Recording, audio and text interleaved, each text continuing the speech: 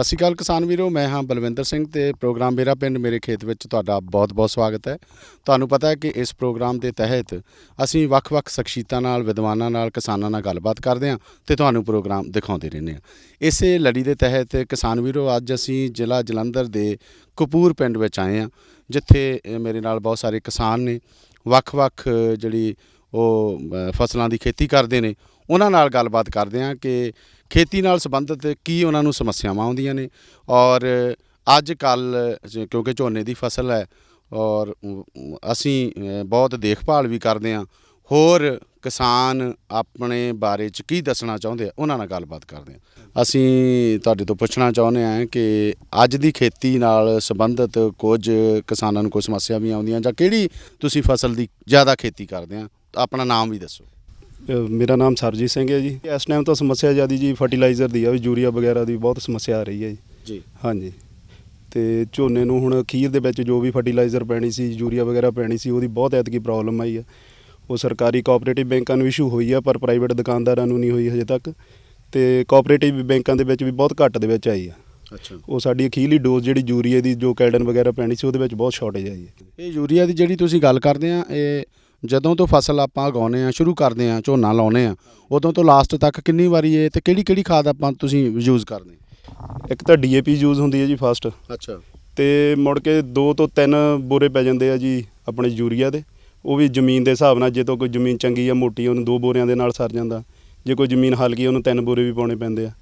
ਅਤੇ ਉਸ ਹਿਸਾਬ ਨਾਲ ਵੀ ਸਾਡੇ 2 ਡੋਜ਼ ਤਾਂ ਪੂਰੀ ਹੋ ਗਈ ਸੀਗੀ, ਪਰ ਅਖੀਰਲੀ ਡੋਜ਼ ਸਾਡੀ ਜੋ ਜਿਹਦੇ ਵਿੱਚ ਕੈਲਡਨ ਜਾਂ ਫਟੇਰਾ ਵਗੈਰਾ ਪੈਣੀ ਸੀ, ਉਹ ਡੋਜ਼ ਦੀ ਬਹੁਤ ਸ਼ਾਰਟੇਜ ਆਈ ਹੈ ਜੀ। ਜਿਵੇਂ ਇਹਨਾਂ ਨੇ ਦੱਸਿਆ ਕਿ ਝੋਨੇ ਦੀ ਜਿਹੜੀ ਫਸਲ ਹੈ, ਉਹਦੇ ਲਈ ਯੂਰੀਆ ਦਾ ਘਾਟ ਕਾਰਨ ਕੀ ਪੈਦਾਵਾਰ ਜਿਹੜੀ ਆ, ਜਾਂ ਸਾਨੂੰ ਝਾੜ ਆ ਉਹ ਘੱਟ ਮਿਲੂਗਾ, ਉਹਦੇ ਬਾਰੇ? ਮੇਰਾ ਨਾਮ ਹਰਦੀਪ ਸਿੰਘ ਹੈ ਜੀ। ਜਿੱਦਾਂ ਆਪਾਂ ਗੱਲ ਕਰ ਰਹੇ ਹਾਂ ਜੀ, ਅੱਜ ਯੂਰੀਏ ਦੀ ਬਹੁਤ ਜ਼ਿਆਦਾ ਸ਼ੋਰਟੇਜ ਆ ਰਹੀ ਆ।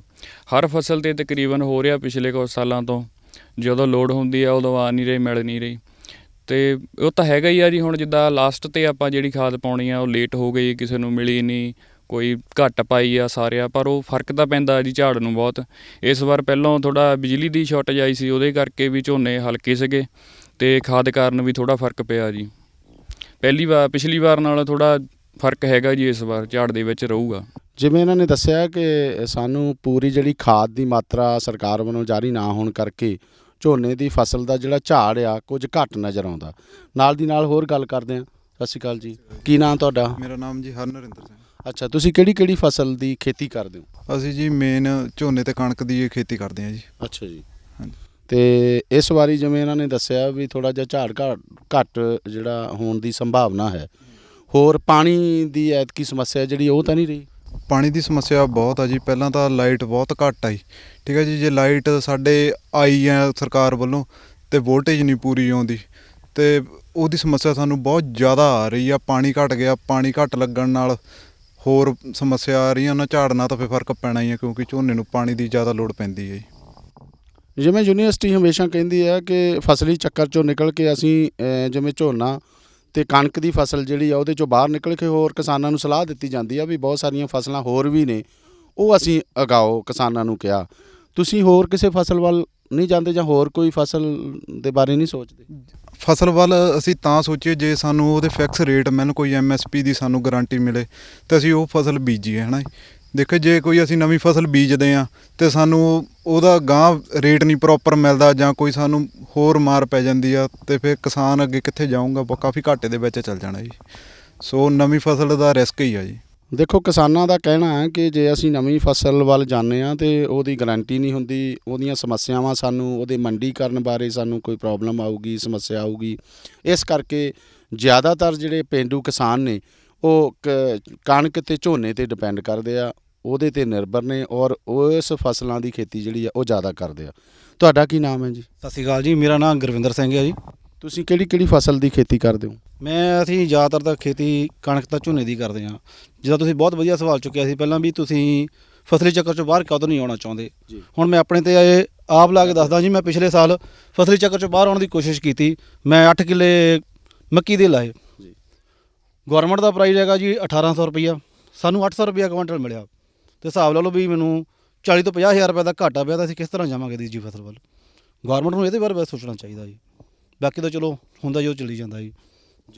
ਖੇਤੀ ਨਾਲ ਜਿਹੜੇ ਸੰਬੰਧਿਤ ਸਹਾਇਕ ਧੰਦੇ ਵੀ ਹੈਗੇ ਆ, ਜਿਵੇਂ ਬਹੁਤ ਸਾਰੇ ਕਿਸਾਨ ਕਰਦੇ ਆ, ਸਰਕਾਰ ਵੀ ਮਦਦ ਕਰ ਰਹੀ ਹੈ, ਯੂਨੀਵਰਸਿਟੀ ਵੀ ਕਰਦੀ ਆ।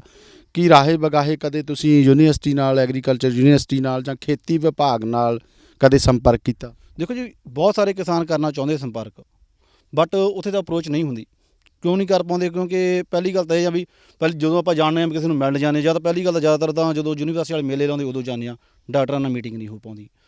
ਜਦੋਂ ਅਸੀਂ ਡਾਕਟਰਾਂ ਤੱਕ ਅਪਰੋਚ ਕਰਨੀ ਚਾਹੁੰਦੇ ਆ, ਡਾਕਟਰਾਂ ਕੋਲ ਟਾਈਮ ਨਹੀਂ ਹੁੰਦਾ। ਇਹ ਤਾਂ ਕੁਛ ਯੂਨੀਵਰਸਿਟੀ ਨੂੰ ਜਾਂ ਸਰਕਾਰ ਨੂੰ ਚਾਹੀਦਾ ਵੀ ਜਾਂ ਪਿੰਡ ਪਿੰਡ ਜਾ ਕੇ ਕੁਛ ਆਪਣੇ ਮੇਲੇ ਲਾਉਣ, ਜਾਂ ਸਾਰਿਆਂ ਨੂੰ ਆਪਣਾ ਦੱਸਣ ਵੀ ਕੁਛ ਗਾਂਹ ਵਾਧੂ ਚੀਜ਼ਾਂ ਦੱਸਣ, ਤਾਂ ਹੀ ਜਾ ਕੇ ਫਰਕ ਪੈ ਸਕਦਾ। ਕੋਈ ਇਕੱਲਾ ਜ਼ਿਮੀਂਦਾਰ ਪਿੰਡ ਵਿੱਚ ਰਹਿ ਸਕਦਾ। ਚਲੋ ਬਹੁਤੇ ਜ਼ਿਮੀਂਦਾਰ ਨਹੀਂ ਪੜ੍ਹੇ ਲਿਖੇ, ਕੁਛ ਪੜ੍ਹੇ ਲਿਖੇ ਵੀ ਆ, ਕੁਛ ਨਹੀਂ ਵੀ ਪੜ੍ਹੇ ਲਿਖੇ। ਹੁਣ ਜ਼ਿਮੀਂਦਾਰਾਂ ਦੀ ਇੰਨੀ ਨਹੀਂ ਆਪਣੇ ਸਮਝ ਹੁੰਦੀ ਕਿ ਜਾ ਕੇ ਅਸੀਂ ਡਾਕਟਰ ਸਾਹਿਬ ਨਾਲ ਜਾਂ ਕਿਸੇ ਚੀਜ਼ ਨਾਲ ਜਾ ਕੇ ਆਪਾਂ ਯੂਨੀਵਰਸਿਟੀ ਜਾ ਕੇ ਆਪਾਂ ਅਟੈਚ ਹੋਈਏ। ਪਰ ਇਹ ਸਰਕਾਰ ਦੀ ਆਪਣੀ ਨੀਤੀ ਚਾਹੀਦੀ ਹੈ ਵੀ ਜਾ ਕੇ ਪਿੰਡਾਂ ਵਿੱਚ 4-5 ਪਿੰਡਾਂ ਦਾ ਇਕੱਠਾ ਕੈਂਪ ਲਾ ਕੇ ਡਾਕਟਰ ਵਧੀਆ ਜਿਹੜੇ ਵੀ ਹੈਗੇ ਉਹਨਾਂ ਨੂੰ ਸਹਾਇਤਾ ਕਰਨ, ਸਾਨੂੰ ਹੋਰ ਚੀਜ਼ਾਂ ਬਾਰੇ ਦੱਸਣ ਵੀ ਆਹ ਚੀਜ਼ ਕਰਕੇ ਚੇਂਜ ਕਰੋ, ਅਤੇ ਇਸ ਕਰਕੇ ਰਹਿ ਜਾਂਦੇ ਵਿੱਚ ਹੀ ਆਪਣੇ। ਜਦੋਂ ਘਰਾਂ 'ਚ ਅਸੀਂ ਸਹਾਇਕ ਧੰਦੇ ਦੀ ਗੱਲ ਕਰਦੇ ਹਾਂ ਤਾਂ ਪਸ਼ੂਆਂ ਦੀ ਗੱਲ ਕਰਦੇ ਹਾਂ। ਬਹੁਤ ਸਾਰੇ ਕਿਸਾਨ ਜਿਹੜੇ ਆ ਉਹ ਡੇਅਰੀ ਫਾਰਮਿੰਗ ਦਾ ਕੰਮ ਕਰਦੇ ਆ। ਕੀ ਪਿੰਡਾਂ 'ਚ ਜਿਹੜੇ ਕਿਸਾਨ ਰਹਿੰਦੇ ਆ ਇਹਨੂੰ ਇੱਕ ਸਹਾਇਕ ਖੇਤੀ ਦੇ ਨਾਲ ਮੈਂ ਚਾਹੁੰਦਾ ਕਿ ਇਹ ਪੁੱਛਣਾ ਚਾਹੁੰਦਾ ਤੁਹਾਡੇ ਕੋਲ ਕਿ ਸਹਾਇਕ ਧੰਦੇ 'ਚ ਜੇ ਆਪਾਂ ਡੇਅਰੀ ਦਾ ਕੰਮ ਕਰਦੇ ਹਾਂ ਉਹ ਕਿੰਨਾ ਕੁ ਲਾਹੇਵੰਦ ਹੈ ਕਿਸਾਨ? ਦੇਖੋ ਜੀ, ਮੈਂ ਵੀ ਖੇਤੀ ਦੇ ਨਾਲ ਪਸ਼ੂ ਰੱਖੇ ਹੋਏ, ਡੈਰੀ ਦਾ ਕੰਮ ਕਰਦੇ ਪਏ ਹਾਂ। ਬਟ ਸਭ ਤੋਂ ਵੱਡੀ ਗੱਲ ਹੈ ਜੀ, ਆਪਾਂ ਖਲ ਪਾਉਂਦੇ ਲਾ ਲਓ, ਖਲ ਬਹੁਤ ਮਹਿੰਗੀ ਆ। ਦੂਜੇ ਨੰਬਰ 'ਤੇ ਆ ਜਾਂਦੀ ਆ ਵੀ ਦੁੱਧ ਦਾ ਰੇਟ। ਜੇ ਅਸੀਂ ਦੋਜੀਆਂ ਨੂੰ ਦੁੱਧ ਪਾਉਂਦੇ ਹਾਂ, ਗਾਂ ਦਾ ਦੁੱਧ 28 ਤੋਂ 30 ਰੁਪਏ ਜਾਂਦਾ, ਪਿੰਡ ਵਿੱਚ ਸਿੱਧਾ ਚੱਕਦੇ ਆ। ਮੱਝ ਦਾ ਦੁੱਧ 40 ਤੋਂ 42 ਰੁਪਏ ਜਾਂਦਾ। ਜਦ ਕਿ ਆਪਾਂ ਖਲ 1 ਕਿਲੋ ਖਲ ਦੀ ਕੀਮਤ ਦੇਖੀ ਜਾਵੇ ਤਾਂ 32 ਤੋਂ 35 ਰੁਪਏ ਕਿਲੋ ਖਲ ਪੈਂਦੀ ਆ ਇੱਕ ਪਸ਼ੂ ਨੂੰ। 3 ਤੋਂ 4 ਕਿਲੋ ਆਪਾਂ ਖਲ ਪਾਉਂਦੇ, ਹਿਸਾਬ ਲਓ 100 ਰੁਪਏ ਦੀ ਖਲ ਚੱਲ ਜਾਂਦੀ। ਜੇ 10 ਕਿਲੋ ਦੁੱਧ ਦਿੱਤਾ 100 ਰੁਪਏ ਦੀ ਖਲ, ਬਾਕੀ ਆਪਾਂ ਕਿੱਥੇ ਜਾਵਾਂਗੇ? ਲੱਖ ਰੁਪਈਆ ਅਸੀਂ ਪਸ਼ੂ 'ਤੇ ਵੀ ਲਾਵਾਂਗੇ। ਡੈਰੀ ਫਾਰਮਿੰਗ ਹੈਗਾ ਤਾਂ ਹੈ ਸਹਾਇਕ ਧੰਦਾ ਵਧੀਆ ਹੈ ਜੀ, ਪਰ ਉਹਦੇ ਵਿੱਚ ਵੀ ਲੇਬਰ ਦੀ ਵੀ ਬਹੁਤ ਪ੍ਰੋਬਲਮ ਆ। ਬਾਕੀ ਜਿੱਦਾਂ ਭਾਜੀ ਹੁਣ ਦੱਸਿਆ ਵੀ ਫੀਡ ਦੇ ਬਹੁਤ ਰੇਟ ਜ਼ਿਆਦੇ ਆ ਅਤੇ ਦੁੱਧ ਦੇ ਰੇਟ ਘੱਟ ਆ ਉਸ ਮੁਤਾਬਕ। ਜਾਂ ਤਾਂ ਦੁੱਧ ਦਾ ਰੇਟ ਸਾਨੂੰ ਪੂਰਾ ਦਿੱਤਾ ਜਾਵੇ, ਫਿਰ ਫੀਡ ਵਧੀਆ ਪਾ ਕੇ ਵਧੀਆ ਪਸ਼ੂ ਰੱਖਿਆ ਜਾਵੇ। ਹੁਣ ਵਧੀਆ ਮੱਝ ਲੈਣ ਜਾਂਦੇ ਜੀ 1.5 ਲੱਖ ਤੋਂ ਘੱਟ ਦੀ ਵਧੀਆ ਮੱਝ ਨਹੀਂ ਆਉਂਦੀ। ਜੇ ਹੁਣ ਹਲਕੀ ਮੱਝ ਰੱਖਦੇ ਆ, ਉਹ ਜਿੰਨੇ ਦਾ ਦੁੱਧ ਦਿੰਦਾ ਉਨੇ ਦਾ ਪੇੜਾ ਖਾ ਜਾਂਦੀ। ਇਹ ਬਹੁਤ ਪ੍ਰੋਬਲਮ ਹੈ ਜੀ। ਅਤੇ ਫੀਡ ਦੇ ਰੇਟ ਜ਼ਿਆਦੇ ਆ ਅਤੇ ਦੁੱਧ ਦਾ ਰੇਟ ਬਹੁਤ ਘੱਟ ਹੈ ਜੀ। ਸਹਾਇਕ ਧੰਦਾ ਵੀ ਤਾਂ ਹੀ ਸਹਾਇਕ ਹੋਊਗਾ ਵੀ ਜੇ ਉਹਦੇ ਵਿੱਚੋਂ ਕੋਈ ਪ੍ਰੋਫਿਟ ਹੋਊਗਾ।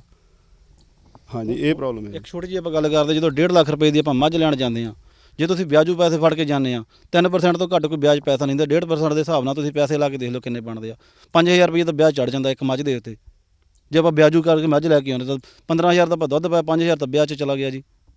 ਗੱਲ ਤਾਂ ਵਿੱਚ ਇਹ ਹੁੰਦੀ, ਜਾਂ ਤਾਂ ਸਰਕਾਰ ਇਹੋ ਜਿਹੀ ਚੀਜ਼ 'ਤੇ ਸਬਸਿਡੀ ਜਾਂ ਕੁਛ ਚੀਜ਼ ਦੇਵੇ, ਜਾਂ ਆਪਾਂ ਨੂੰ ਦੁੱਧ ਦਾ ਰੇਟ ਸਾਨੂੰ ਪ੍ਰੋਪਰ ਤਰੀਕੇ ਨਾਲ ਮਿਲੇ। ਆਪਣੇ ਆਪ ਬੰਦਾ ਇਸ ਚੀਜ਼ 'ਚੋਂ ਨਿਕਲਦਾ। ਫਸਲੀ ਚੱਕਰ 'ਚੋਂ ਵੀ ਨਿਕਲਣਾ ਜੀ ਤਾਂ MSP ਚਾਹੀਦੀ ਹਰੇਕ ਫਸਲ 'ਤੇ, ਅਤੇ ਦੁੱਧ 'ਤੇ ਵੀ MSP ਚਾਹੀਦੀ ਹੈ। ਫਿਰ ਤਾਂ ਸਹਾਇਕ ਧੰਦਾ ਸਹਾਇਕ ਹੋਊਗਾ, ਵਰਨਾ ਇਹ ਨਾਨ ਪ੍ਰੋਫਿਟੇਬਲ ਹੈ ਜੀ। ਦੇਖੋ, ਕਿਸਾਨ ਵੀਰਾਂ ਦਾ ਕਹਿਣਾ ਹੈ ਕਿ ਜੇ ਖੇਤੀ ਦੇ ਨਾਲ ਸਹਾਇਕ ਧੰਦੇ ਸਰਕਾਰ ਕਹਿੰਦੀ ਹੈ ਕਿ ਕਿਸਾਨ ਕਰਨ, ਜਾਂ ਐਗਰੀਕਲਚਰ ਯੂਨੀਵਰਸਿਟੀ ਸਮੇਂ-ਸਮੇਂ 'ਤੇ ਸਲਾਹ ਦਿੰਦੀ ਆ, ਅਤੇ ਉਹਦੇ ਨਾਲ ਕਿਸਾਨ ਵੀਰਾਂ ਦਾ ਕਹਿਣਾ ਹੈ ਕਿ ਇਹਦੀ ਜਿਹੜੀ ਫੀਡ ਹੈ ਪਸ਼ੂਆਂ ਦੀ, ਇੱਕ ਤਾਂ ਉਹ ਸਰਕਾਰ ਸਸਤੀ ਕਰੇ। ਉਹਦੇ ਨਾਲ ਜਿਹੜੀਆਂ ਵੀ ਚੀਜ਼ਾਂ ਇਹਨਾਂ ਨੂੰ ਚਾਹੀਦੀਆਂ ਤਾਂ ਕਿ ਕਿਸਾਨਾਂ ਨੂੰ ਸਹਾਇਕ ਧੰਦਿਆਂ ਵਿੱਚੋਂ ਸਹਾਇਤਾ ਪ੍ਰਾਪਤ ਹੋਵੇ, ਉਹਨਾਂ ਦੀ ਆਮਦਨ ਜਿਹੜੀ ਆ ਉਹ ਚੰਗੀ ਹੋਵੇ ਅਤੇ ਉਹ ਆਪਦਾ ਜੀਵਨ ਜਿਹੜਾ ਬਸਰ ਹੈ ਉਹ ਵੀ ਚੰਗਾ ਕਰ ਸਕਣ। ਨਾਲ ਦੀ ਨਾਲ ਮੇਰੇ ਨਾਲ ਹੋਰ ਕਿਸਾਨ ਵੀਰ ਨੇ। ਤੁਸੀਂ ਸਭ ਤੋਂ ਪਹਿਲਾਂ ਤਾਂ ਆਪਣਾ ਨਾਮ ਦੱਸੋ ਜੀ, ਅਤੇ ਇਹ ਵੀ ਦੱਸੋ ਵੀ ਤੁਸੀਂ ਕਿਹੜੀ ਫਸਲ ਦੀ ਖੇਤੀ ਕਰਦੇ ਹੋ? ਮੇਰਾ ਨਾਮ ਪ੍ਰਿਤਪਾਲ ਹੈ ਜੀ। ਕਣਕ, ਝੋਨਾ ਤੇ ਕਮਾਦ। ਤੁਸੀਂ ਇਹ ਦੱਸੋ ਵੀ ਸਰਕਾਰ ਤੁਹਾਡੀ ਕੀ ਮਦਦ ਕਰੇ, ਕੀ ਮੰਗ ਕਰਦੇ ਆ ਤਾਂ ਕਿ ਜਿਹੜਾ ਕਿਸਾਨ ਹੈ ਉਹ ਖੁਸ਼ਹਾਲ ਨਜ਼ਰ ਆਵੇ? ਮੰਗ ਤਾਂ ਇਹੀ ਹੈ ਜੀ, ਹੁਣ ਕਿਸਾਨ ਜਿਹੜਾ ਆ 400 ਦਾ ਬੋਰਾ ਡਾਏ ਦਾ ਸੀ, ਜਿਹੜਾ ਇਸ ਵੇਲੇ 1400 ਦਾ ਹੋ ਗਿਆ, ਅਤੇ ਯੂਰੀਆ ਆ ਨਹੀਂ ਰਿਹਾ। ਜੇ ਟਾਈਮ ਸਿਰ ਆਪਾਂ ਫਸਲ ਨੂੰ ਕੋਈ ਚੀਜ਼ ਪਾਵਾਂਗੇ ਤਾਂ ਸਾਨੂੰ 4 ਪੈਸੇ ਆਉਣਗੇ। ਬਾਕੀ ਰਹਿ ਗਈ ਦੂਜੀ ਫਸਲਾਂ ਦੀ ਗੱਲ ਜੀ। ਸਾਨੂੰ ਪਤਾ ਝੋਨੇ ਨੇ ਸਾਨੂੰ ਆਹ ਕੁਛ ਦੇ ਜਾਣਾ, ਕਣਕ ਨੇ ਆਹ ਕੁਛ ਦੇ ਦੇਣਾ, ਕਮਾਦ ਨੇ ਆਹ ਕੁਛ ਦੇ ਦੇਣਾ। ਦੂਜੀਆਂ ਫਸਲਾਂ ਵੀ ਬੀਜਦੇ ਹਾਂ ਅਸੀਂ, ਉੱਤੇ ਖਰਚਾ ਜ਼ਿਆਦਾ, ਚਾਹੇ ਸਾਨੂੰ ਪ੍ਰੋਫਿਟ ਨਹੀਂ ਮਿਲਦਾ ਉਹਨਾਂ ਜਿੰਨਾ ਖਰਚਾ ਆ ਜਾਂਦਾ ਸਾਡਾ। ਮੈਂ ਇਹਨਾਂ ਤੋਂ ਪੁੱਛਣਾ ਚਾਹੁੰਦਾ ਵੀ 40 ਸਾਲ ਤੋਂ ਖੇਤੀ ਕਰਦੇ ਨੇ, ਉਹ ਸਮੇਂ ਅਤੇ ਅੱਜ ਸਮੇਂ 'ਚ ਕੀ ਫਰਕ ਹੈ? ਕਿੰਨਾ ਕੁ ਪ੍ਰੋਫਿਟ ਵਧਿਆ ਅਤੇ ਕੀ ਫਾਇਦਾ ਹੋਇਆ, ਉਹਦੇ ਬਾਰੇ ਦੱਸੋ। ਹਾਂਜੀ, ਉਹ ਸਟਾਰਟਿੰਗ ਤੋਂ ਜਦੋਂ ਖੇਤੀ ਕਰਨ ਲੱਗੇ ਅਸੀਂ ਜੀ, ਉਦੋਂ ਸੀਗਾ 28 ਰੁਪਏ ਦਾ 20 ਲੀਟਰ ਡੀਜ਼ਲ, ਅੱਜ ਹੈਗਾ 100 ਰੁਪਏ ਦਾ। ਤਾਂ ਜ਼ਿਮੀਂਦਾਰ ਉੱਠ ਕਿੱਥੋਂ ਜਾਊ ਜੀ? ਜਾਣੀ ਕਿ ਸਾਡੇ ਦਾ ਰੇਟ ਉੱਥੇ ਹੀ ਆ ਨਾ, ਫਸਲਾਂ ਦੇ ਖਾਦ ਦਾ, ਡੀਜ਼ਲ ਦਾ, ਜੋ ਸਾਰਾ ਕੁਝ ਵਧਿਆ। ਕਿੱਦਾਂ ਜ਼ਿਮੀਂਦਾਰ ਤਾਂ ਨੂੰ ਚੱਲ ਜਾਊ ਜੀ? ਇਹ ਦੱਸ ਰਿਹਾ ਵੀ ਜੇ ਅੱਜ ਤੋਂ 25-30 ਸਾਲ ਦੀ ਪਹਿਲਾਂ ਦੀ ਗੱਲ ਕਰਦੇ ਹਾਂ ਤਾਂ ਡੀਜ਼ਲ ਦੇ ਰੇਟ ਬਹੁਤ ਘੱਟ ਸੀ, ਡੀਜ਼ਲ ਕਿਸਾਨਾਂ ਨੂੰ ਸਬਸਿਡੀ ਤੇ ਦਿੱਤਾ ਜਾਂਦਾ ਸੀ ਤੇ ਅੱਜ ਦੀ ਜੇ ਗੱਲ ਕਰਦੇ ਹਾਂ ਤਾਂ ਕਿਸਾਨਾਂ ਨੂੰ ਡੀਜ਼ਲ ਔਰ ਆਮ ਜਿਹੜੇ ਗੱਡੀਆਂ ਪਵਾਉਣ ਲਈ ਆਪਾਂ ਗੱਡੀਆਂ ਚਲਾਉਣ ਲਈ ਜਿਹੜਾ ਡੀਜ਼ਲ ਵਰਤਿਆ ਜਾਂਦਾ ਉਹਨਾਂ ਨੂੰ ਇੱਕੋ ਹੀ ਰੇਟ ਤੇ ਜਿਹੜਾ ਉਹ ਡੀਜ਼ਲ ਮੁਹੱਈਆ ਕੀਤਾ ਜਾਂਦਾ। ਕਿਸਾਨਾਂ ਨੂੰ ਕਿਸੇ ਸਬਸਿਡੀ ਤੇਲ ਤੇ ਨਹੀਂ ਦਿੱਤੀ ਜਾਂਦੀ, ਜਿਹਦਾ ਕਰਕੇ ਕਿਸਾਨਾਂ ਨੂੰ ਇਹ ਤੇਲ ਵੀ ਲੈਣਾ ਪੈਂਦਾ ਮਹਿੰਗੇ ਭਾਅ ਤੇ ਫਸਲ ਜਿਹੜੀ ਆ ਉਹ ਖਾਦਾਂ ਜਾਂ ਦਵਾਈਆਂ ਸਹੀ ਟਾਈਮ ਸਿਰ ਨਾ ਮਿਲਣ ਕਰਕੇ ਉਹ ਜਿਹੜੀ ਫਸਲ ਦਾ ਝਾੜ ਆ ਪੂਰਾ ਨਹੀਂ ਮਿਲਦਾ। ਤੁਸੀਂ ਬਾਪੂ ਜੀ ਦੱਸੋ ਕੀ ਤੁਹਾਡਾ ਨਾਮ ਹੈ ਤੇ ਤੁਸੀਂ ਕਿਹੜੀ ਫਸਲ ਦੀ ਖੇਤੀ ਕਰਦੇ?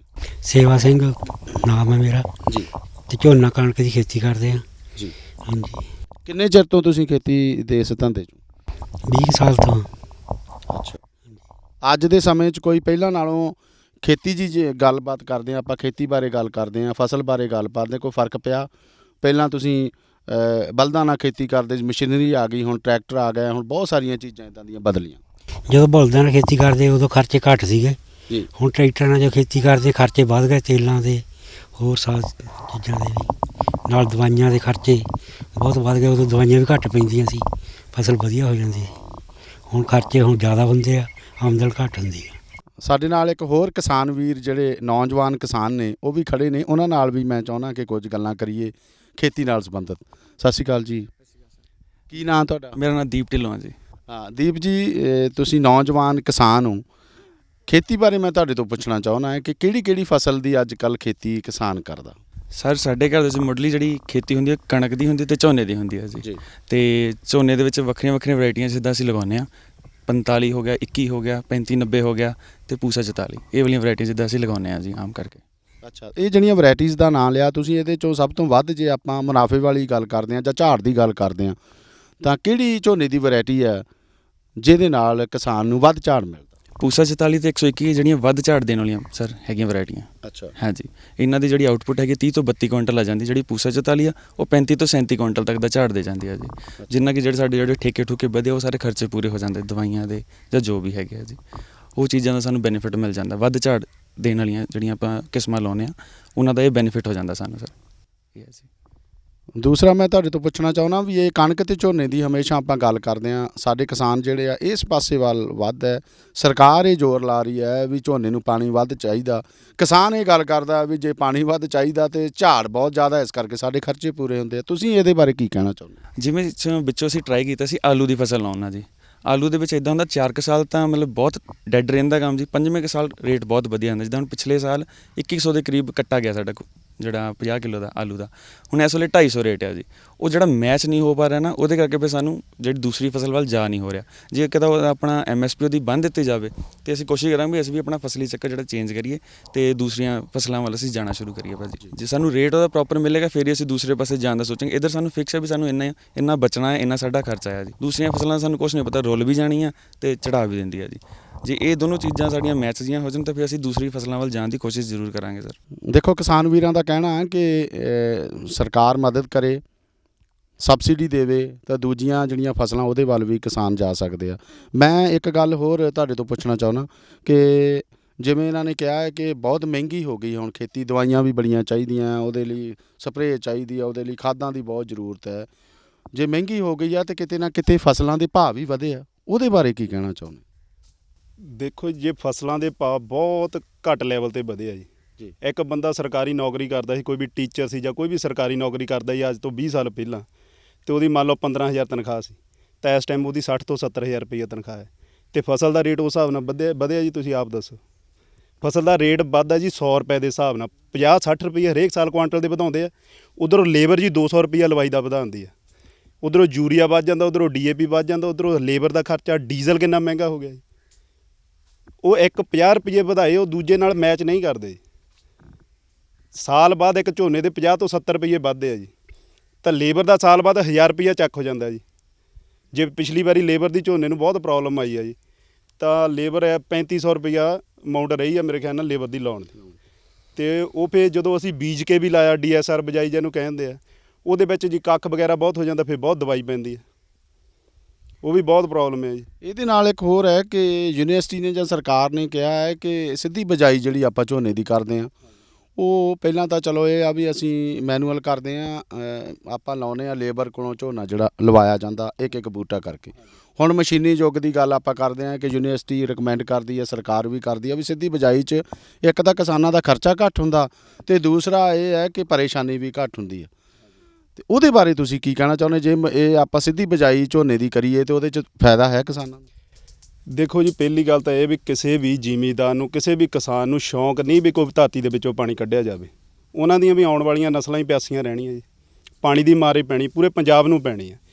ਜੇ DSR ਬਿਜਾਈ ਕਾਮਯਾਬ ਹੁੰਦੀ ਹੈ ਤਾਂ ਕਿਹੜਾ ਜ਼ਿਮੀਂਦਾਰ ਜਿਹੜਾ ਨਹੀਂ ਲਗਾਊਗਾ ਜੀ? ਸਾਰੇ ਹੀ ਲਗਾਉਣਗੇ। ਚੱਕਰ ਇਹ ਹੈ ਜੀ, ਕੋਈ ਵੀ ਜਿੰਨੇ ਕੁ ਠੇਕੇ ਵੱਧ ਗਏ, ਕੋਈ ਵੀ ਜ਼ਿਮੀਂਦਾਰ ਘਾਟਾ ਨਹੀਂ ਖਾਣਾ ਚਾਹੁੰਦਾ, ਕਿਉਂਕਿ ਜ਼ਿਮੀਂਦਾਰ ਪਹਿਲਾਂ ਹੀ ਬਹੁਤ ਘਾਟੇ ਦੇ ਵਿੱਚ ਜਾ ਰਿਹਾ। ਲਿਮਟਾਂ ਬਣੀਆਂ ਜ਼ਿਮੀਂਦਾਰਾਂ ਦੀਆਂ ਵੱਡੀਆਂ ਵੱਡੀਆਂ, ਕੋਈ ਸਰਕਾਰ ਵੱਲੋਂ ਕਰਜ਼ਾ ਮਾਫੀ ਨਹੀਂ ਹੁੰਦੀ, ਕੋਈ ਇੱਦਾਂ ਦੀ ਸਕੀਮ ਨਹੀਂ ਆਉਂਦੀ ਵੀ ਜਿਹਨਾਂ ਜ਼ਿਮੀਂਦਾਰ ਥੋੜ੍ਹਾ ਤਾਂ ਉੱਠ ਪਾਵੇ। ਹੁਣ DAP ਦਾ ਰੇਟ ਹੈ ਜੀ ਦਿਨੋਂ ਦਿਨ ਵਧੀ ਜਾਂਦਾ। ਯੂਰੀਏ ਦੀ ਕਿੱਲਤ ਆ ਗਈ, ਜਦੋਂ ਯੂਰੀਏ ਦੀ ਕਿੱਲਤ ਆਉਂਦੀ ਆ ਤਾਂ ਫਿਰ ਕੋਈ ਨਾ ਕੋਈ ਕਿਤੇ ਨਾ ਕਿਤੇ ਆਪਣਾ ਅਰੇਂਜ ਕਰਦਾ, ਫਿਰ ਅਰੇਂਜ ਦੇ ਵਿੱਚ ਬਲੈਕ ਵੀ ਹੁੰਦੀ, ਸਭ ਕੁਝ ਹੁੰਦਾ ਜੀ। ਇਹ ਪ੍ਰੋਬਲਮ ਬਹੁਤ ਆ ਰਹੀ ਆ। ਬਾਕੀ DSR ਬਿਜਾਈ ਦੀ ਜਿਹੜੀ ਗੱਲ ਹੈ ਜੀ, ਵੀ ਜੇ ਤਾਂ 20 ਖੇਤ ਕੋਈ ਵੀ ਜ਼ਿਮੀਂਦਾਰ ਝੋਨੇ ਦੇ ਲਾਉਂਦਾ, ਉਹ ਦੇਖਦਾ ਵੀ ਇੱਕ ਖੇਤ ਪਹਿਲਾਂ ਮੈਂ ਬੀਜ ਕੇ ਦੇਖ ਲਵਾਂ। ਜੇ ਉਹ ਨਹੀਂ ਕਾਮਯਾਬ ਹੁੰਦਾ ਤਾਂ ਅਗਲੇ ਸਾਲ ਇੱਕ ਵੀ ਨਹੀਂ ਬੀਜਦਾ ਜੀ। ਕਿ ਸਿੱਧੀ ਬਿਜਾਈ ਨਾਲ ਕੀ ਤੁਸੀਂ ਦੇਖਿਆ, ਇਹ ਟਰਾਇਲ ਕਰਕੇ ਦੇਖਿਆ ਜਾਂ ਥੋੜ੍ਹੀ ਬਹੁਤੀ ਜ਼ਮੀਨ ਜਿਹੜੀ ਆ ਉਹ ਸਿੱਧੀ ਬਿਜਾਈ ਨਾਲ ਝੋਨੇ ਦੀ ਫਸਲ ਲਾਈ? ਹਾਂਜੀ ਲਾਈ ਸੀਗੀ ਜੀ, ਸਾਡੇ ਪਿੰਡ ਕਾਫੀ ਐਤਕੀ ਜ਼ਮੀਨ ਲੱਗੀ ਹੋਈ ਸੀਗੀ DSR ਬਿਜਾਈ, ਪਰ ਥੋੜ੍ਹੀ ਕਾਮਯਾਬ ਨਹੀਂ ਹੋਈ, ਕਿਉਂਕਿ ਕੁਛ ਤਾਂ ਕੱਖ ਤੇ ਬਹੁਤ ਮਾਰ ਪੈਂਦੀ ਹੈ ਜੀ ਉਹਨੂੰ। ਉਹ ਹਿਸਾਬ ਦੀ ਦਵਾਈ ਹੋਵੇ ਜਿਹੜੀ ਕੱਖ ਤੇ ਪੂਰਾ ਕੰਟਰੋਲ ਕਰ ਸਕੇ। ਬਾਕੀ ਕੁਛ ਮੌਸਮ ਤੇ ਵੀ ਡਿਪੈਂਡ ਹੋ ਜਾਂਦਾ। ਮੰਨ ਲਓ ਅੱਜ ਜੇ DSR ਬਿਜਾਈ ਕੀਤੀ ਆ ਤਾਂ ਰਾਤ ਨੂੰ ਮੀਂਹ ਪੈ ਗਿਆ ਤਾਂ ਉਹ ਬਿਜਾਈ ਕਾਮਯਾਬ ਨਹੀਂ ਹੋਣੀ, ਉਹਦੇ ਵਿੱਚ ਕੱਖ ਹੋਣਾ ਹੀ ਹੋਣਾ। ਫਿਰ ਉਹਦੀ ਲੇਬਰ ਬਹੁਤ, ਜਦੋਂ ਆਪਾਂ ਕੱਖ ਵਗੈਰਾ ਕਢਾਉਂਦੇ ਹਾਂ ਲੇਬਰ ਬਹੁਤ ਬਣ ਜਾਂਦੀ ਹੈ। ਉਸ ਕਰਕੇ DSR ਬਿਜਾਈ ਤੋਂ ਹਜੇ ਸਾਰੇ ਪਰਹੇਜ਼ ਕਰ ਰਹੇ, ਕਿਉਂਕਿ ਘਾਟੇ ਦੇ ਵਿੱਚ ਤਾਂ ਆਲਰੇਡੀ ਸਾਰੇ ਚੱਲ ਰਹੇ ਜੀ। ਨਾਲੇ ਇਦਾਂ ਜੀ, ਦੇਖੋ ਜੀ, ਹਰ ਮਸ਼ੀਨਰੀ ਮਹਿੰਗੀ ਆ। ਜਿਹਦੇ ਕੋਲ ਜ਼ਿਆਦਾ ਜ਼ਮੀਨ ਆ ਉਹ ਤਾਂ ਰਿਸਕ ਲੈ ਕੇ ਥੋੜ੍ਹੀ ਜ਼ਮੀਨ DSR ਸਿੱਧੀ ਬਿਜਾਈ ਕਰਕੇ ਦੇਖ ਲਓ। ਹੁਣ ਆਮ ਜਿਹਦੇ ਕੋਲ ਜ਼ਮੀਨ 5 6 7 ਖੇਤਾਂ ਦੀ ਖੇਤੀ ਕਰਦਾ, ਉਹ ਰਿਸਕ ਨਹੀਂ ਲੈਣਾ ਚਾਹੁੰਦਾ। ਨਾਲੇ ਜੇ ਰਿਸਕ ਲਊਂਗਾ ਵੀ ਹਰ ਚੀਜ਼ ਦੀ ਮਸ਼ੀਨਰੀ ਇੰਨੀ ਮਹਿੰਗੀ ਆ, ਜੇ ਇੰਨੀ ਕਮਾਈ ਹੋਵੇ ਤਾਂ ਛੋਟੇ ਕਿਸਾਨ ਮਸ਼ੀਨਰੀ ਲੈਣਗੇ। ਠੀਕ ਹੈ, ਇੰਨੀ ਮਸ਼ੀਨਰੀ ਨਹੀਂ ਹਰ ਕੋਈ ਅਫੋਰਡ ਕਰਦਾ। ਦੇਖੋ, ਸਰਕਾਰਾਂ ਨੇ ਆਪਦੇ ਖੇਤੀਬਾੜੀ ਵਿਭਾਗ ਬਣਾਏ ਆ, ਯੂਨੀਵਰਸਿਟੀ ਬਣਾਈ ਆ, ਕਿਸਾਨਾਂ ਦੀ ਮਦਦ ਲਈ ਬਣਾਈ ਆ, ਔਰ ਸਮੇਂ-ਸਮੇਂ 'ਤੇ ਕਿਸਾਨਾਂ ਨੂੰ ਉਹ ਗੱਲ ਕਰਦੇ ਆ, ਕਿਸਾਨਾਂ ਨਾਲ ਗੱਲ ਕਰਦੇ ਆ, ਕਿਸਾਨਾਂ ਨੂੰ ਚੰਗੀ ਸਲਾਹ ਵੀ ਦਿੰਦੇ ਆ। ਹੁਣ ਯੂਨੀਵਰਸਿਟੀ ਦੀ ਗੱਲ ਕਰਦੇ ਹੋ, ਕਹਿੰਦੇ ਮੱਕੀ ਦੀ ਫਸਲ 'ਚ ਝੋਨੇ ਜਿੰਨੀ ਜਾਣੀ ਆਮਦਨ ਕਿਸਾਨਾਂ ਨੂੰ ਹੈਗੀ ਆ। ਤੁਸੀਂ ਦੱਸੋ ਵੀ ਮੱਕੀ ਵਾਲੇ ਪਾਸੇ ਕੀ ਵਾਕਈ ਜਿੱਦਾਂ ਯੂਨੀਵਰਸਿਟੀ ਜਾਂ ਸਰਕਾਰ ਕਹਿੰਦੀ ਆ ਵੀ ਮੱਕੀ 'ਚ ਕਿਸਾਨ ਦਾ ਫਾਇਦਾ ਹੈ, ਤੁਸੀਂ ਆਪ ਮੱਕੀ ਦੀ ਖੇਤੀ ਕਦੇ ਕੀਤੀ ਆ ਤੇ ਕਿੰਨਾ ਕੁ ਫਾਇਦਾ ਉਹਦੇ ਬਾਰੇ? 1850 ਰੁਪਿਆ ਸਰਕਾਰ ਨੇ ਰੇਟ ਦਿੱਤਾ ਸੀ ਮੱਕੀ ਦਾ, ਵੀ 1850 ਨੂੰ ਚੱਕਾਂਗੇ। ਮੈਂ 800 ਰੁਪਏ ਨੂੰ ਕੁਇੰਟਲ ਵੇਚ ਕੇ ਆਇਆ। ਲੋਕਾਂ ਨੇ 600 ਰੁਪਏ ਨੂੰ ਕੁਇੰਟਲ ਵੀ ਮੱਕੀ ਵੇਚੀ ਹੋਈ ਆ। ਤੁਸੀਂ ਹਿਸਾਬ ਲਾ ਲਓ, ਖਰਚ ਵੀ ਪੂਰੇ ਨਹੀਂ। 600 ਰੁਪਏ ਦੇ ਵਿੱਚ ਤਾਂ 1800 ਰੁਪਏ ਵਿੱਚ ਕਿੰਨਾ ਫਰਕ ਆ? ਕੁਛ ਫਰਕ ਲੱਗਦਾ। 3 ਗੁਣਾ ਰੇਟ ਡਾਊਨ ਕਰ ਦਿੱਤਾ ਤੇ ਰੇਟ ਕਿੱਥੋਂ ਕੀ ਬਚੂਗਾ? ਤੇ ਫਿਰ ਜੇਕਰ ਆਪਾਂ ਮੱਕੀ ਵਾਲੇ ਪਾਸੇ ਜਾਣਾ, ਆਪਾਂ ਚਾਹੁੰਦੇ ਹਾਂ ਵੀ ਝੋਨੇ ਦਾ ਬਦਲ ਕੋਈ ਨਾ ਕੋਈ ਹੋਣਾ ਚਾਹੀਦਾ, ਤੇ ਫਿਰ ਕੀ ਕਰੇ ਸਰਕਾਰ, ਕੀ ਮੰਗ ਕਰਦੇ? MSP ਫਿਕਸ ਕਰੇ। ਹੁਣ ਹਿਸਾਬ ਲਾ ਲਓ 1800 ਕਹਿੰਦੇ ਆ, ਅਸੀਂ ਕਿਹਾ 1600 ਰੁਪਏ ਸਾਡੇ ਕੋਲ ਚੱਕੋ। 1800 ਵੀ ਛੱਡਿਆ, 1600 ਰੁਪਏ ਤਾਂ ਦੇਣਗੇ। ਸਾਨੂੰ ਮੈਕਸੀਮਮ ਨਹੀਂ ਚਾਹੀਦਾ, ਸਾਨੂੰ ਮਿਨੀਮਮ ਰਿਟੇਲ ਪ੍ਰਾਈਸ ਚਾਹੀਦਾ। ਵੀ ਠੀਕ ਘੱਟੋ ਘੱਟ ਤੁਹਾਡੀ ਮੱਕੀ ਅਸੀਂ 1600 ਨੂੰ ਚੱਕਾਂਗੇ, ਵੱਧ ਜਿੰਨੀ ਮਰਜ਼ੀ ਵੇਚ ਲਓ। 1600 ਰੁਪਏ ਘੱਟੋ ਘੱਟ ਸਾਨੂੰ ਰੇਟ ਦੇਣ ਨਾ, ਤੇ ਲੋਕੀ ਮੋਸਟਲੀ ਮੈਨੂੰ ਉਮੀਦ ਆ ਵੀ ਫਸਲੀ ਚੱਕਰ ਦੇ ਵਿੱਚੋਂ ਬਾਹਰ ਆ ਜਾਣਗੇ, ਲੋਕੀ ਲਾਉਣ ਲੱਪਣਗੇ ਮੱਕੀ। ਜੇ ਤੁਹਾਨੂੰ ਪਤਾ ਹੀ ਨਹੀਂ, ਜੇ ਐਤਕੀ ਮੈਂ ਮੱਕੀ ਬੀਜਦਾ 10 ਕਿੱਲੇ ਮੱਕੀ ਐਤਕੀ ਲਾ ਲਓ ਜੀ, ਜੇ ਐਤਕੀ 100 ਕਿੱਲਾ ਮੱਕੀ ਦਾ ਲੱਗਾ ਆ ਤੇ ਰੇਟ ਵੱਧ ਜਾਣਾ। ਜੇ ਅਗਲੇ ਸਾਲ ਨੂੰ 200 ਕਿੱਲਾ ਮੱਕੀ ਦਾ ਲੱਗ ਗਿਆ ਤਾਂ 500 ਰੁਪਏ ਰੇਟ ਰਹਿ ਜਾਣਾ। ਐਤਕੀ ਮੱਕੀ ਬਹੁਤ ਘੱਟ ਲੱਗੀ ਸੀ, 1100 1200 1300 ਰੁਪਏ ਕੁਇੰਟਲ ਤੱਕ ਮੱਕੀ ਵਿਕ ਗਈ। ਜੇ ਮੱਕੀ ਦਾ ਰੇਟ, ਮੱਕੀ ਦਾ ਏਰੀਆ ਵੱਧ ਜਾਂਦਾ, ਰੇਟ 400 500 700 ਰੁਪਏ ਰਹਿ ਜਾਣਾ। ਜੇ 600 ਰੁਪਏ 700 ਰੁਪਏ ਕੁਇੰਟਲ ਆਪਾਂ ਮੱਕੀ ਵੇਚਾਂਗੇ ਤਾਂ ਵਿੱਚੋਂ ਕੱਢਾਂਗੇ ਕੀ? 35 40 ਹਜ਼ਾਰ ਰੁਪਏ ਤੋਂ ਘੱਟ ਕੋਈ ਠੇਕਾ ਨਹੀਂ ਹੈਗਾ। ਹਿਸਾਬ ਲਾ ਕੇ ਦੇਖ ਲਓ, ਮੱਕੀ ਦੀ ਫਸਲ ਦਾ ਵੀ ਟਾਈਮ 3 ਤੋਂ 4 ਮਹੀਨੇ ਦੇ ਵਿਚਕਾਰ ਮੱਕੀ ਨੂੰ ਲੱਗ ਜਾਂਦੇ ਆ। ਖਰਚਾ ਦੇਖਿਆ ਜਾਵੇ ਤਾਂ ਪ੍ਰਤੀ ਏਕੜ ਠੇਕੇ ਤੋਂ ਇਲਾਵਾ 12 ਤੋਂ 15 ਹਜ਼ਾਰ ਰੁਪਈਆ ਪ੍ਰਤੀ ਏਕੜ ਖਰਚਾ ਚੜ੍ਹ ਜਾਂਦਾ ਮੱਕੀ ਦੇ ਉੱਤੇ। ਜੇ ਹਿਸਾਬ ਲਾ ਲਓ ਜੀ, ਸਾਨੂੰ 18 16 1700 ਰੁਪਏ ਕੁਇੰਟਲ ਤੋਂ ਘੱਟ, ਚਲੋ ਮੰਨ ਲਓ 35 ਕੁਇੰਟਲ ਦੀ ਔਸਤ ਆਪਾਂ ਰੱਖ ਕੇ ਚੱਲਦੇ, ਮੱਕੀ ਨਿਕਲਦੀ ਆ 35 ਨਿਕਲ ਗਈ, ਮੋਸਟਲੀ 40 ਵੀ ਨਿਕਲ ਜਾਂਦੀ ਹੈ। 35 ਕੁਇੰਟਲ ਦੀ ਔਸਤ ਰੱਖ ਕੇ ਚੱਲਦੇ ਹਾਂ। ਜੇ 35000 ਜੋ 1000 ਰੁਪਇਆ ਰੇਟ 35000 ਨਿਕਲੂ ਤਾਂ ਵੀ ਮਾੜਾ ਮੋਟਾ ਹੋਊਗਾ। ਜੇ ਰੇਟ ਹੀ 600 ਰੁਪਇਆ ਰਹਿ ਜਾਊਗਾ ਤਾਂ ਕਰਾਂਗੇ ਉੱਥੇ ਕੀ? ਫਿਕਸ ਪ੍ਰਾਈਸ ਹੀ ਕੋਈ ਹੈ ਨਹੀਂ ਗੀ। ਆਲੂ ਦਾ ਲਾ ਲਓ, ਜਾਂ ਤਾਂ 1500 ਰੁਪਏ ਨੂੰ ਕੱਟਾ ਵੀ ਚੱਲ ਜਾਂਦਾ, ਤਾਂ 100 ਰੁਪਏ ਨੂੰ ਕੱਟਾ ਵੀ ਕੋਈ ਨਹੀਂ ਪੁੱਛਦਾ। ਸਬਜ਼ੀਆਂ ਲਾ ਲਓ, 40 ਰੁਪਏ ਕਿਲੋ ਵੀ ਗੋਭੀ ਮਿਲ ਜਾਂਦੀ ਹੈ, ਤਾਂ 50 ਪੈਸੇ ਨੂੰ ਵੀ ਕੋਈ ਗੋਭੀ ਨਹੀਂ ਪੁੱਛਦਾ। ਬਤਾਊਂ ਲਾ ਲਓ, ਕੋਈ ਵੀ ਚੀਜ਼ ਲਾ ਲਓ, ਕਿਸੇ ਚੀਜ਼ ਦਾ ਕਿਸੇ ਵੀ ਚੀਜ਼ ਨੂੰ ਆਪਾਂ ਪ੍ਰੋਫਿਟੇਬਲ ਜਾਵਾਂਗੇ। ਪਤਾ ਮੈਨੂੰ, ਮੈਂ ਅੱਜ ਗੋਭੀ ਬੀਜੀ ਆ, 10 ਕਿੱਲੇ ਗੋਭੀ ਦੇ ਵਿੱਚ ਆ, ਮੈਂ 5 ਰੁਪਏ ਕਿਲੋ ਗੋਭੀ ਵੇਚੂੰਗਾ, ਮੈਨੂੰ ਪਤਾ 1000 ਕੁਇੰਟਲ ਨਿਕਲੂ ਤਾਂ 50000 ਰੁਪਇਆ ਨਿਕਲ ਗਿਆ, ਜਾਂ ਕੁਛ ਵੀ ਨਿਕਲ ਗਿਆ, ਮੇਰੇ ਪੱਲੇ ਕੁਛ ਪਊਗਾ ਖਰਚਾ। ਜਦ ਮੈਨੂੰ ਪਤਾ 50 ਪੈਸੇ ਰੁਪਏ ਗੋਭੀ ਵਿਕਣੀ ਹੋਈ ਨਹੀਂ, ਤਾਂ ਜਾਵਾਂਗੇ ਕਿੱਥੇ ਨੂੰ? ਦੇਖੋ ਕਿਸਾਨਾਂ ਦਾ ਇਹ ਕਹਿਣਾ ਗਰਾਊਂਡ ਲੈਵਲ ਤੇ ਕਿ ਜਿਹੜਾ ਘੱਟੋ ਘੱਟ ਕਿਸੇ ਵੀ ਫਸਲ ਦਾ ਸਮਰਥਨ ਮੁੱਲ ਹੈ ਉਹ ਸਰਕਾਰ ਨੂੰ ਜ਼ਰੂਰ ਨਿਰਧਾਰਿਤ ਕਰਨਾ ਚਾਹੀਦਾ। ਝੋਨੇ ਦੀ ਜਦੋਂ ਆਪਾਂ ਗੱਲ ਕਰਦੇ ਹਾਂ, ਜੇ ਝੋਨੇ 'ਚ ਕਿਸਾਨਾਂ ਨੂੰ ਮੁਨਾਫਾ ਵਧਿਆ ਤੇ ਕਿਤੇ ਨਾ ਕਿਤੇ ਜਾ ਕੇ ਜਦੋਂ ਅਸੀਂ ਝੋਨੇ ਦੀ ਫਸਲ ਚੱਕਦੇ ਹਾਂ, ਪਰਾਲੀ ਦੀ ਸਮੱਸਿਆ ਸਾਨੂੰ ਹਮੇਸ਼ਾ ਆਉਂਦੀ ਹੈ। ਪਰਾਲੀ ਨੂੰ ਜਲਾਇਆ ਜਾਂਦਾ ਜਿਹਦੇ ਨਾਲ ਬਹੁਤ ਜ਼ਿਆਦਾ ਪ੍ਰਦੂਸ਼ਣ ਹੁੰਦਾ, ਉਹਦੇ ਨਾਲ ਜਾਨੀ ਮਤਲਬ ਇੰਨੀਆਂ ਬਿਮਾਰੀਆਂ ਲੱਗਦੀਆਂ ਕਿ ਛੋਟੇ ਛੋਟੇ ਬੱਚਿਆਂ ਤੋਂ ਲੈ ਕੇ ਬਜ਼ੁਰਗਾਂ ਤੱਕ ਸਾਹ ਦੀ ਜੇ ਦਮੇ ਦੀ ਬਿਮਾਰੀ ਜਿਹੜੀ ਆ ਉਹ ਧੂਏ ਤੋਂ ਹੁੰਦੀ ਹੈ। ਸਰਕਾਰ ਜ਼ੋਰ ਲਾ ਰਹੀ ਹੈ, ਯੂਨੀਵਰਸਿਟੀ ਜ਼ੋਰ ਲਾ ਰਹੀ, ਕਿਸਾਨਾਂ ਨੂੰ ਸਮਝਾਇਆ ਜਾ ਰਿਹਾ ਵੀ ਇਹ ਜਿਹੜੀ ਪਰਾਲੀ ਹੈ ਉਹਨੂੰ ਅੱਗ ਨਾ ਲਾਈ ਜਾਵੇ ਵਿੱਚ ਹੀ। ਉਹਦੇ ਬਾਰੇ ਮੈਂ ਤੁਹਾਡੇ ਤੋਂ ਪੁੱਛਣਾ ਚਾਹੁੰਦਾ। ਚਲੋ ਕਿਸਾਨਾਂ ਨੂੰ ਝੋਨੇ 'ਚ ਫਾਇਦਾ ਤਾਂ ਹੈ, ਮੁਨਾਫਾ ਵਧਿਆ, ਇਹ ਜਿਹੜੀ ਪਰਾਲੀ ਦੀ ਸਮੱਸਿਆ ਉਹਦੇ ਬਾਰੇ ਤੁਸੀਂ ਕੀ ਕਹਿਣਾ ਚਾਹੁੰਦੇ? ਸਰ ਜਿਹੜਾ ਤੁਸੀਂ ਧੂਆਂ ਵਾਲਾ ਕੁਐਸਚਨ ਕੀਤਾ ਇਹ ਬਹੁਤ ਵਧੀਆ ਹੈ ਜੀ। ਪਹਿਲਾਂ ਤਾਂ ਅੱਗ ਲਾਉਂਦਾ ਕਿਸਾਨ, ਫਸਟ ਆਫ ਪਹਿਲਾਂ ਉਹਨੂੰ ਹੀ ਧੂਆਂ ਚੜ੍ਹਦਾ ਜੀ। ਉਹਨੂੰ ਕੋਈ ਸ਼ੌਂਕ ਤਾਂ ਨਹੀਂ ਆਪਣੇ ਬੱਚਿਆਂ ਨੂੰ ਜਾਂ ਆਪ ਧੂਏ ਦੇ ਵਿੱਚ ਬੈਠਣ ਦਾ। ਬਿਮਾਰੀ ਤਾਂ ਸਭ ਤੋਂ ਪਹਿਲਾਂ ਉਹਨੂੰ ਹੀ ਲੱਗੂਗੀ। ਸਰਕਾਰ ਹੁਣ ਜੀ ਜਿਹੜੇ ਵੱਡੇ ਵੱਡੇ ਟਰੈਕਟਰ ਆ, ਵੱਡੀ ਵੱਡੀ ਮਸ਼ੀਨਰੀ ਹੈ ਜੀ, ਬਹੁਤ ਮਹਿੰਗੀ ਆ, ਜਿਹੜਾ ਕਿ ਮੋਸਟਲੀ 70% ਕਿਸਾਨ ਅਫੋਰਡ ਨਹੀਂ ਕਰ ਸਕਦਾ। ਤੇ ਉਹ ਪਹਿਲਾਂ ਖਰੀਦੂਗਾ ਤਾਂ ਫਿਰ ਹੀ ਇਹਨੂੰ ਕੋਈ ਪਰਾਲੀ ਦਾ ਸਮਾਧਾਨ ਕਰੂਗਾ। ਕਿਸਾਨ ਕੋਈ ਸ਼ੌਂਕ ਨਾਲ ਅੱਗ ਨਹੀਂ ਲਾਉਂਦਾ ਜੀ ਪਰਾਲੀ ਨੂੰ, ਉਹਨੂੰ ਮਜਬੂਰੀ ਦੇ ਬੱਸ ਪੈ ਕੇ ਅੱਗ ਲਾਉਣੀ ਪੈਂਦੀ ਹੈ ਜੀ। ਇਹ ਸਾਰਿਆਂ ਨਾਲੋਂ ਵੱਡੀ ਪ੍ਰੋਬਲਮ ਸਬਸਿਡੀ ਦੀ ਜਾਂਦੀ, ਫਿਰ ਮਸ਼ੀਨਰੀ ਤੇ ਸਬਸਿਡੀ, ਟਰੈਕਟਰ ਤੇ ਸਬਸਿਡੀ। ਕੋਈ ਹੁਣ 12 ਲੱਖ ਦਾ ਟਰੈਕਟਰ ਲਊਗਾ, 4 ਲੱਖ ਦੀ ਮਸ਼ੀਨ ਲਊਗਾ, ਫਿਰ ਹੀ ਜਾ ਕੇ ਪਰਾਲੀ ਦਾ ਕੋਈ ਨਾ ਕੋਈ ਸਮਾਧਾਨ ਕਰੂਗਾ ਜੀ। ਮੇਨ ਪ੍ਰੋਬਲਮ ਹੈਗੀ ਸਬਸਿਡੀ ਦੀ। ਜੇ ਵੱਡੀਆਂ ਮਸ਼ੀਨਾਂ ਤੇ ਟਰੈਕਟਰਾਂ ਤੇ ਸਬਸਿਡੀ ਮਿਲੇ, ਕਿਸਾਨ ਨੂੰ ਕੀ ਲੋੜ ਹੈ ਜੀ ਪਰਾਲੀ ਨੂੰ ਅੱਗ ਲਾਉਣ ਦੀ। ਸਰਕਾਰ ਹਮੇਸ਼ਾ ਇਹ ਤੱਤਪਰ ਰਹਿੰਦੀ ਹੈ ਕਿ ਕਿਸਾਨਾਂ ਨੂੰ ਸਮਝਾਇਆ ਜਾਵੇ, ਔਰ ਕਿਸਾਨਾਂ ਦੀ ਇਹ ਮੰਗ ਹੈ ਵੀ ਜੇ ਪਰਾਲੀ ਨੂੰ ਅੱਗ ਨਾ ਲਾਈ ਜਾਵੇ ਤਾਂ ਉਹਦੇ 'ਤੇ ਜਿਹੜੀ ਮਸ਼ੀਨਰੀ ਆਉਂਦੀ ਹੈ ਉਹਦੇ 'ਤੇ ਸਰਕਾਰ ਸਬਸਿਡੀ ਕਿਸਾਨਾਂ ਨੂੰ ਦੇਵੇ, ਤਾਂ ਕਿ ਕਿਸਾਨ ਜਿਹੜਾ ਪਰਾਲੀ ਨੂੰ ਅੱਗ ਨਾ ਲਾਵੇ, ਉਹਦੇ 'ਚ ਆਪਣੇ ਖੇਤ ਵਿੱਚ ਉਹਨੂੰ ਵਾਇਆ ਜਾਵੇ। ਬਹੁਤ ਸਾਰੀਆਂ ਕਿਸਾਨ ਵੀਰਾਂ ਨੇ ਆਪਣੀਆਂ ਜਿਹੜੀਆਂ ਸਮੱਸਿਆਵਾਂ ਵੀ ਦੱਸੀਆਂ, ਔਰ ਕਿਸਾਨ ਵੀਰੋ ਤੁਸੀਂ ਅੱਜ ਸਾਡੇ ਨਾਲ ਗੱਲਬਾਤ ਕੀਤੀ, ਆਪਦੀਆਂ ਸਮੱਸਿਆਵਾਂ ਵੀ ਕਿਸਾਨ ਵੀਰਾਂ ਨਾਲ ਤੁਸੀਂ ਹੋਰ ਕਿਸਾਨ ਵੀਰਾਂ ਨਾਲ ਸਾਂਝੀਆਂ ਕੀਤੀਆਂ। ਅਸੀਂ ਅੱਜ ਤੁਹਾਡੇ ਪਿੰਡ 'ਚ ਆਏ ਤੇ ਜਾਣੂ ਕਰਵਾਇਆ ਤੁਸੀਂ ਸਾਰਿਆਂ ਤੋਂ, ਤੁਹਾਡਾ ਬਹੁਤ ਬਹੁਤ ਧੰਨਵਾਦ।